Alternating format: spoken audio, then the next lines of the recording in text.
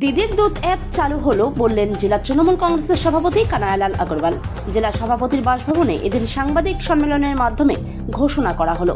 উপস্থিত ছিলেন উত্তর দিনাজপুর জেলা তৃণমূল কংগ্রেসের সভাপতি কানাইলাল আগরওয়াল, ইসলামপুর ব্লক তৃণমূল কংগ্রেসের সভাপতি জাকির হোসেন, যুব তৃণমূল কংগ্রেসের সভাপতি কৌশিক গুণ সহ বিভিন্ন তৃণমূল নেতৃত্ব ও কর্মীরা। জেলা সভাপতি বলেন, দিদির দুধ অ্যাপের মাধ্যমে বাড়ি বাড়ি যাবেন এবং গিয়ে যারা ভুয়ো ভোটার তাদের শনাক্ত করবেন ও যাদের নাম বাদ দেওয়া গেছে তাদের শনাক্ত করবেন এবং যখন ভোটার লিস্টের কাজ শুরু হবে তখন সেটিকে তুলে ধরবেন।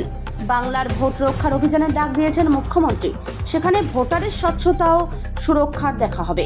তাদের মানে ভোটার লিস্টের নাম রয়েছে একই দুই জায়গায় নাম বিআরও এবং পঞ্চায়েত গ্রাম পঞ্চায়েত এলাকায়। বিষয়টা আপনারা কিভাবে সেটা আপনার যেটা ইলেকশনের যেটা নিয়ম আছে যে মোর দেন এক জায়গায় যদি ভোটার লিস্টে নাম থাকে তাহলে ক্লেমস অবজেকশনস এর একটা ফর্ম আছে, সেই ক্লেমস অবজেকশনের ফর্ম দিয়ে যেটা ইলেকশন কমিশনের যেটা নিয়ম আছে নিয়ম অনুযায়ী ওনাকে ডাকবে, ডেকে ও অপশনটা আছে যেভাবে ইলেকশন কমিশনের যেটা নিয়ম আছে সেটা ওনারা করবেন। সেটা আপনাদের ব্লক লেভেল অবধি জেলা লেভেল অবধি বা পঞ্চায়েত লেভেল অবধি কমিটি গঠন প্রক্রিয়া চলছে ভুয়ো ভোটার যাচাই প্রক্রিয়া। তো যে বিষয়টা হচ্ছে যে বুথ লেভেল যারা আপনাদেরকে assistant two booth level assistant BLA 2 করেছেন তারাই কি শুধু এই অ্যাপটা ব্যবহার করবে নাকি বিআরএস টিআরএস বলেন সবাই করবে। এই প্রক্রিয়ার সঙ্গে যারা জড়িত সবাই এটা অ্যাপটা ব্যবহার করবে। বলছি এই অ্যাপের মাধ্যমে বা এই বাড়ি বাড়ি ইপিক নাম্বার যে মানে চেক করতে যাবে আর কি, ভোটার চেক করতে যাবে, সেক্ষেত্রে কি মানুষের সঙ্গে জনসংযোগও বাড়বে বলে মনে হচ্ছে? নিশ্চয়ই জনসংযোগ বাড়বে।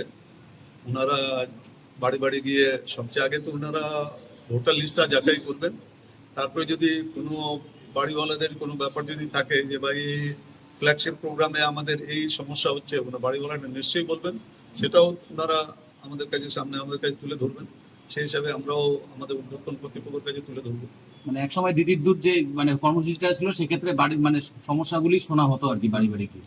না, এটাতেও ওটা বাদ গেছে এটা না, ওটাও একটা আছে, কিন্তু ফোকাসটা দেওয়া হয়েছে ভোটার লিস্ট যাচাইয়ের উপরে।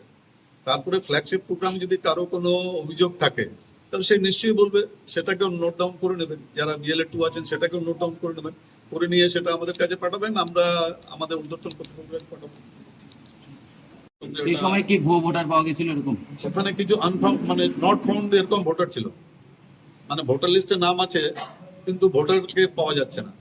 সেটা আমরা কালিয়াগঞ্জ থেকে পেয়েছিলাম, তখন আমি সেটা আমাদের রাজ্য সভাপতি সুব্রত বক্সী মহাশয়ের কাছে ওই লিস্টটা আমরা জমা দিয়েছিলাম যে ভোটার লিস্টে নাম আছে কিন্তু ভোটার নেই। এরকম কতজনকে পাওয়া গেছিল? ওখান তো 50-60 জন ছিল ওই লিস্টে।